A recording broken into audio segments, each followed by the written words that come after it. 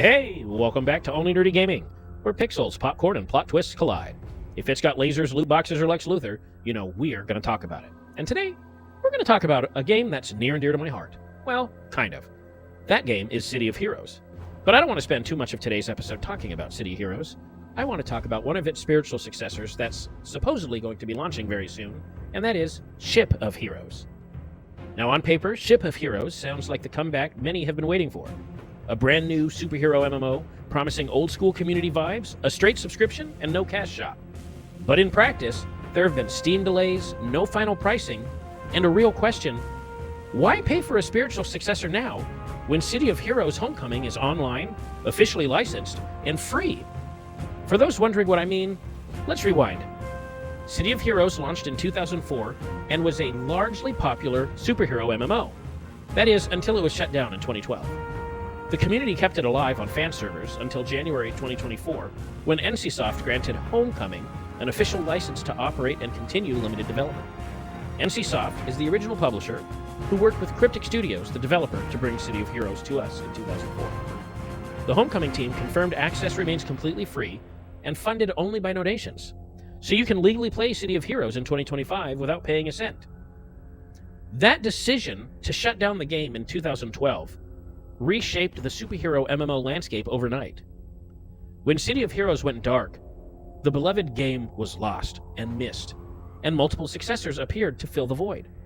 City of Titans is still in active development in Unreal Engine 5, with steady progress being made, but Ship of Heroes took a different lane, wanting to launch on Steam as a full MMO with a subscription and no microtransactions. The pitch: a one-time download, plus monthly sub, all content included, no loot boxes, no cosmetic shop, no paid power grab. But in Unreal, the studio says it prioritized performance with many characters on screen over chasing movie-level visuals. In theory, that's a solid 2025 value proposition, but the road to release has been bumpy, to say the least. The team publicly set August 18th, 2025 as launch day after many years in development. Then they slid the date as Valve reviewed the build and, crucially, how the subscription integrates with Steam. On August 16th, the studio said it couldn't finalize pricing until Steam approved the game. Then on August 27th, another update pushed the launch into September, citing Steam wallet issues. None of this is content rejection, but every slip hurts and trust erodes when your competitor is already live. And the price, as of right now, there is no final public number. The devs have tied any real reveal to Steam's approval. Players are comparing an unknown box price plus monthly sub to City of Heroes, which is free tonight. Now the hard part: the visuals and the feel.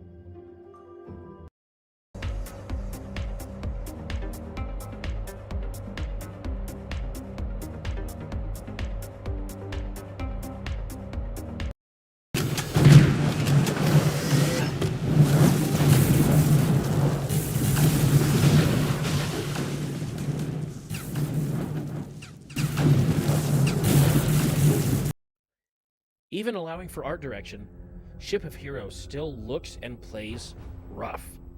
Specifics from previews and testing confirm it. Testers have reported floaty, janky movement.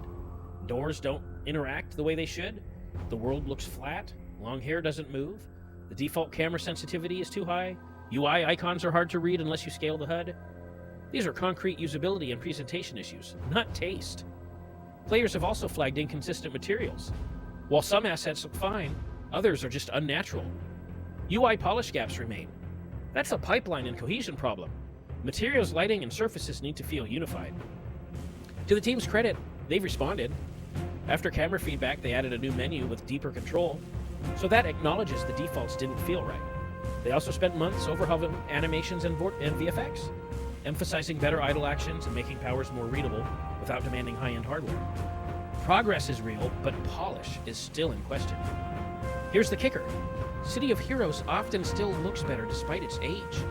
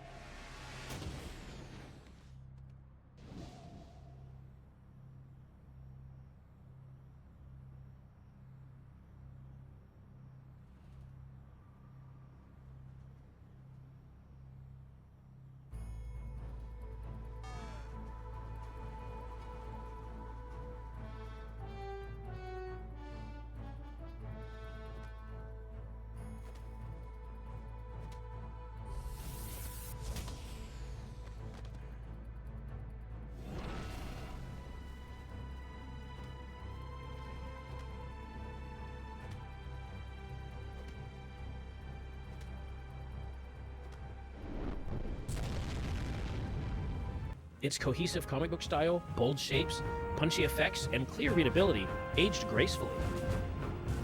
Unified style can beat uneven modern fidelity, especially when the community keeps refining it. Combine that with a large active player base and legal stability, and the old champion still makes a strong first impression in 2025, especially for free. Reality check, Homecoming delivers massive build variety, a flexible character creator, brisk group play, and an active population. Free and legal. The barrier to entry is time, not money. Ship of Heroes is attempting to revive the no microtransaction subscription model in 2025 with big on-screen battles and everything bundled in the sub. If it lands, there's an audience for that, but the burden is proving it at launch. And with shaky visuals and janky gameplay, I'm not sure it's going to land. So why even push a spiritual successor down? Because the Ship of Heroes team believes there's still a paying audience for a modern superhero MMO, not chained to 2004 tech or balance. That is a valid creative bet.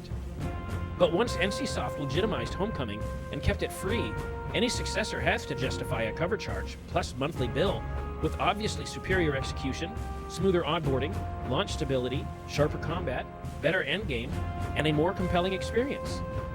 But Ship of Heroes, as you can see from gameplay, just isn't there. Right now, the market's answer to why is simple. Because the original came back.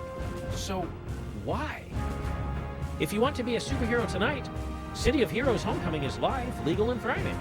If you're curious about Ship of Heroes, no microtransactions, and a monthly sub, plus a purchase price, wait for Steam subscription approval, wait for Ship of Heroes to affirm a clear price, and a stable first week, then judge on execution, not promises. That is how a successor earns its cape in 2025. Well, that's it for this episode. Like, comment, and subscribe if you want more videos like this. And as always, look up, stay nerdy, stay safe. We'll see you on the next one.